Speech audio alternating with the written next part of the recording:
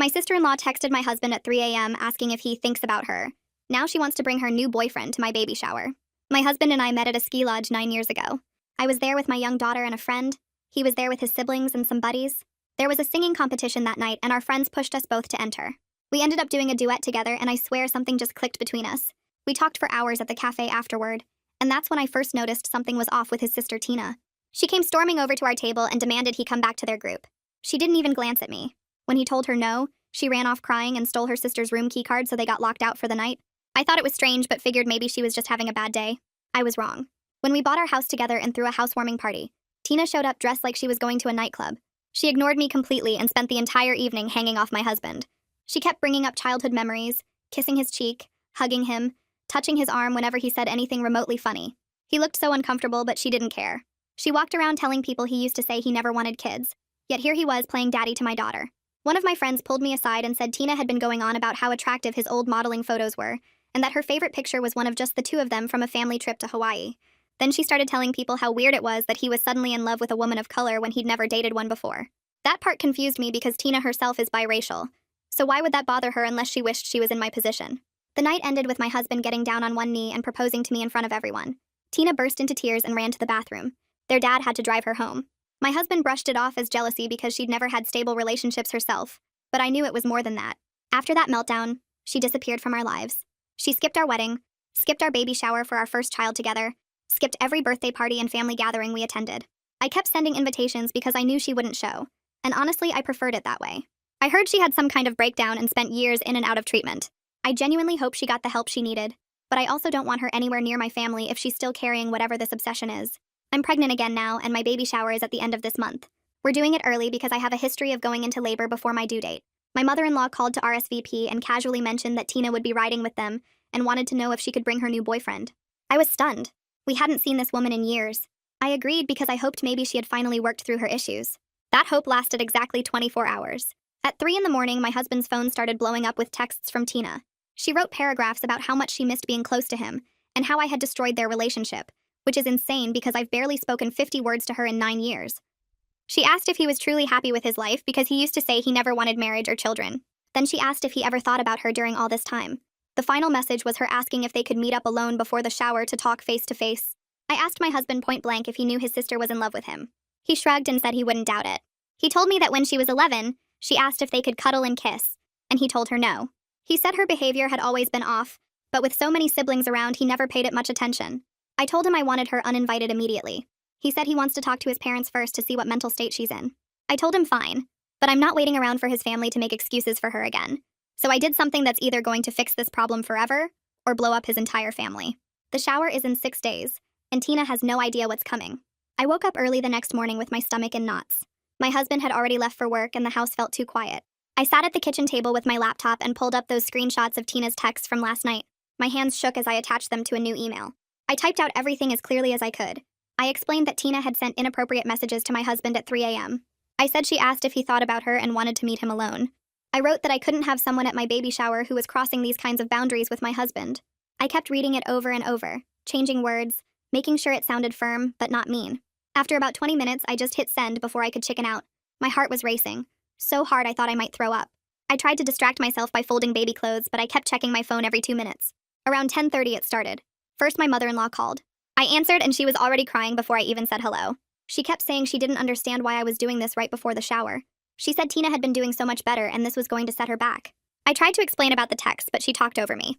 Then my father-in-law grabbed the phone and his voice was cold and angry. He said I had ambushed them with this and that I should have talked to them first, instead of just sending an email out of nowhere. I told him I did talk to them, that my husband said he wanted to check with them about Tina's mental state, but apparently that conversation never happened. He said the text seemed harmless to him, and that siblings can miss each other without it being weird. I felt like I was losing my mind. How was asking if my husband thinks about her harmless? 2 of my husband's siblings called next. One of them said I was overreacting and that Tina probably just had too much to drink when she sent those messages. The other one said I was being cruel to someone who had struggled with mental health issues for years. Nobody seemed to care that she had asked my husband to meet her alone. Nobody seemed to care that she had spent 9 years making me feel crazy. I sat on the kitchen floor with my phone buzzing over and over. I didn't answer any more calls. I just let them go to voicemail and listened to the messages pile up. Most of them said the same things. That I was making a big deal out of nothing. That Tina deserved a chance. That I was being unfair. By the time my husband got home around 4, I was shaking. Not from being cold, but from pure anger. He walked in and found me sitting at the kitchen table with my arms wrapped around my pregnant belly. He asked what was wrong, and I showed him my phone. 17 missed calls, 12 voicemail messages, all from his family, all attacking me for protecting our marriage. His face changed as he scrolled through the call log. He sat down across from me and asked what they said. I told him everything. I told him his mother cried and said I was setting Tina back. I told him his father called me an ambush artist. I told him his siblings said the texts were no big deal. He picked up his phone right there and called his parents. He put it on speaker so I could hear. His mother answered and started in immediately about how hurt Tina was going to be. My husband cut her off. His voice was steady and firm in a way I'd never heard before. He said the texts were absolutely not harmless. He said his sister had crossed a major line by asking to meet him alone and asking if he thought about her. He said he supported my decision completely, and that Tina was not welcome at our baby shower. His mother started crying again, but he didn't back down. He said they had enabled Tina's behavior for too long and it needed to stop. His father got on the line and tried to argue, but my husband just repeated that his decision was final. Then he hung up. We sat in silence for a minute. I started crying and he moved his chair next to mine and held my hand. He apologized for not handling this sooner. He said he should have called his parents himself instead of making me deal with it alone. I told him I was scared his whole family was going to hate me now. He said if they did, then that was their problem, not mine. That night around 9, his phone rang. It was Tina. He looked at me and I nodded. He answered and put it on speaker. Her voice came through high and shaky. She was crying so hard I could barely understand her at first. She said she just missed her brother and didn't mean anything weird by the texts. She said she thought they used to be close and she wanted that back. My husband started to respond, but she kept talking. She said she knew he wasn't happy with me. She said she had been waiting for him to realize his mistake and come back to where he belonged. My blood went cold. I stared at my husband and watched all the color drain from his face. She kept going. Her voice got faster and more intense. She said she had spent years imagining him leaving me. She said she pictured him showing up at her place and finally admitting that he married the wrong person. She said she knew he still thought about their childhood when things were simple, and it was just them. She said family understands family in ways that outsiders never can. She said she could give him the life he actually wanted if he would just open his eyes. My husband's hand was gripping the phone so hard his knuckles turned white. He told her she needed serious help. He said what she was describing wasn't normal, and that she needed to talk to a professional. Then he hung up. He sat there frozen for 20 minutes. He didn't move or speak. I didn't push him. I just sat next to him and waited. Finally, he looked at me and said he had no idea it was this bad. He said he knew she acted weird sometimes, but he thought it was just awkwardness or social problems. He said he never imagined she had been sitting around for 9 years fantasizing about him leaving me. I asked him if he was okay, and he said he didn't know. He said he felt sick thinking about all the family gatherings where she was probably watching us and imagining us breaking up. He said he felt stupid for not seeing it sooner. The next morning, my mother-in-law called back. Her voice sounded completely different. She wasn't crying or defensive anymore. She apologized for her reaction yesterday. She said after my husband hung up on them, they went to Tina's apartment to talk to her. She said they found a journal in her room. She said it was full of detailed entries about my husband, fantasies about him leaving me, plans for how she would comfort him after our divorce, page after page of obsessive thoughts about her own brother. My mother-in-law's voice cracked as she described reading it. She said she had no idea Tina's feelings had gotten this extreme. She said she was sorry for dismissing my concerns and making excuses for behavior that clearly wasn't okay. Then my father-in-law got on the phone. I had never heard him sound like this before. His voice was rough, like he had been crying. He said they were taking Tina to a psychiatric facility that day for evaluation. He said they should have done this years ago instead of hoping she would just grow out of it. He said he was sorry they let it get this far. He said he was sorry they made me feel like I was the problem when I was just trying to protect my family. I told him I appreciated the apology. He said they would keep us updated on what the doctors said. Elena came over that afternoon with coffee and pastries. She didn't ask a million questions. She just hugged me and let me cry. I told her I felt guilty for forcing this whole situation. I said maybe if I had just let Tina come to the shower with her fake boyfriend, none of this would have happened. Elena looked at me like I was crazy. She said protecting my family wasn't cruel even when it hurt people who needed help. She said Tina needed this intervention whether I had pushed for it or not. She reminded me that I didn't create Tina's problems. I just refused to pretend they didn't exist anymore. We sat on my couch for 2 hours while I cried and she rubbed my back and told me I did the right thing. 2 days before the shower, my husband's sister Peony called. I had only met her a few times at family events. Her voice was quiet and apologetic. She said she had been covering for Tina for years. She said she knew Tina's behavior toward my husband wasn't normal, but she felt sorry for her. She said she would tell other family members that Tina was just socially awkward or going through a hard time. She said she minimized what Tina did because she didn't want to believe her sister was that unwell. She apologized for making me feel crazy all these years. She said several siblings had talked and they wanted to come to the shower specifically to show they supported our marriage. She said they were done making excuses for Tina. I thanked her for calling. After we hung up, I felt lighter than I had in days. That evening, my husband and I sat together after our daughter went to bed. We talked through everything that had happened. He admitted he had known on some level that Tina's feelings weren't normal, He said he just didn't want to believe his family could be that messed up. He said it was easier to pretend she was just weird or jealous than to face the truth that his sister was in love with him. He thanked me for being strong enough to force everyone to face reality. He said he was grateful I loved him enough to protect our marriage even when it meant blowing up his family. I told him we were going to be okay. He put his hand on my belly and said he knew we would be. The day before the shower, my mother-in-law called again. Her voice sounded different this time. Calmer somehow.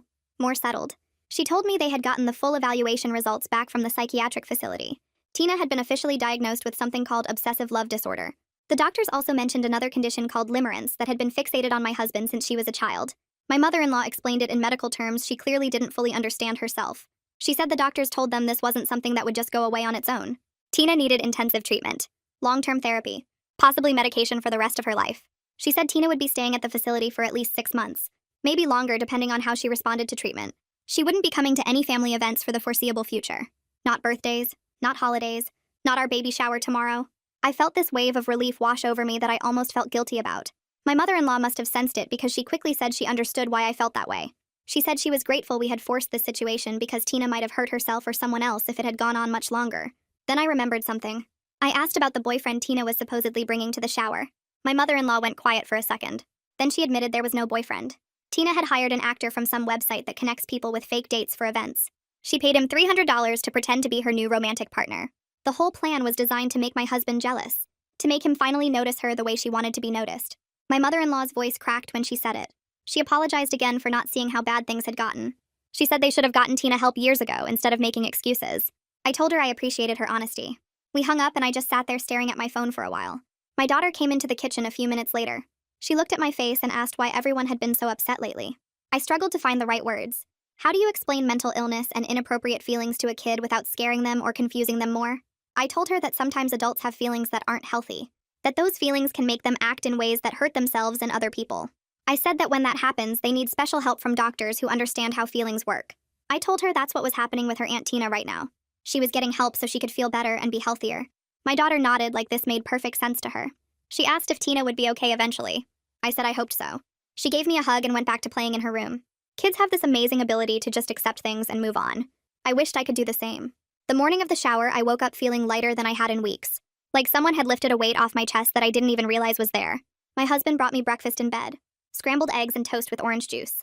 He sat on the edge of the bed while I ate and told me he was proud of how I handled everything. He said most people would have just let it slide to keep the peace. But I stood up for our marriage and our family even when his own relatives made it hard. He said that took real strength. I told him I just did what needed to be done. He kissed my forehead and said that's exactly why he married me. Elena showed up 2 hours before the shower to help with final setup. She had handled most of the decorations and food while I was dealing with all the family drama. The house looked beautiful. Pink and blue streamers everywhere. A table full of gifts already arriving from people who couldn't make it. Elena had ordered a cake that said congratulations in fancy letters. My husband's siblings started arriving right on time. The ones who came were warm and friendly. They hugged me, told me how happy they were for us. Several of them pulled me aside privately to thank me for doing what needed to be done with Tina. They said they had been worried about her for years but didn't know how to help. One of his sisters said she was relieved someone finally forced the family to face reality instead of pretending everything was fine. The shower itself was exactly what I needed. Friends laughing and playing silly games. People guessing the baby's weight and due date. My daughter running around with the other kids. For a few hours, I forgot about all the stress and drama. I just enjoyed being surrounded by people who cared about us. Then my mother-in-law pulled me aside into the hallway. She looked me in the eye and gave me a genuine apology. Not the defensive kind from before. A real one. She said watching Tina's complete breakdown made her realize how much damage their enabling had caused over the years. She said she was grateful I loved her son enough to protect him even from his own family. She said that took courage she wasn't sure she would have had in my position. I told her I understood how hard it must be to accept that your child needs serious help. She nodded and wiped her eyes. Then she hugged me tight and thanked me again. One of my husband's brothers stood up to make a toast later in the afternoon. He raised his glass and said something about how strong marriages face challenges together and come out better on the other side. He talked about how proud he was of his brother for building such a solid family.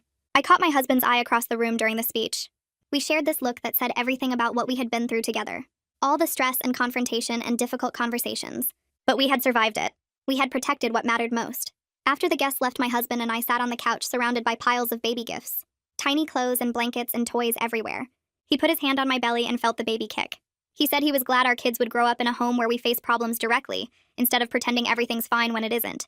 He said he wanted them to learn that sometimes love means having hard conversations and setting boundaries even when it hurts. I agreed completely. Over the next few weeks, his family kept us updated on Tina's progress.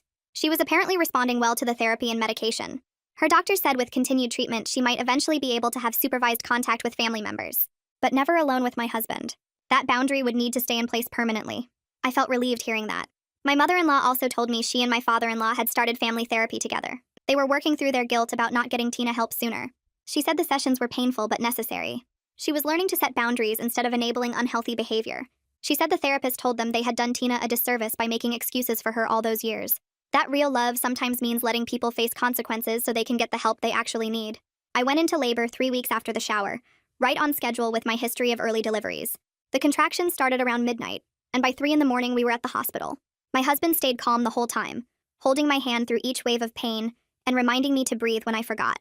He wiped my forehead with a cool cloth and told me I was doing great even when I was pretty sure I wasn't. The nurses kept checking on us and monitoring the baby's heartbeat. Everything looked good, they said.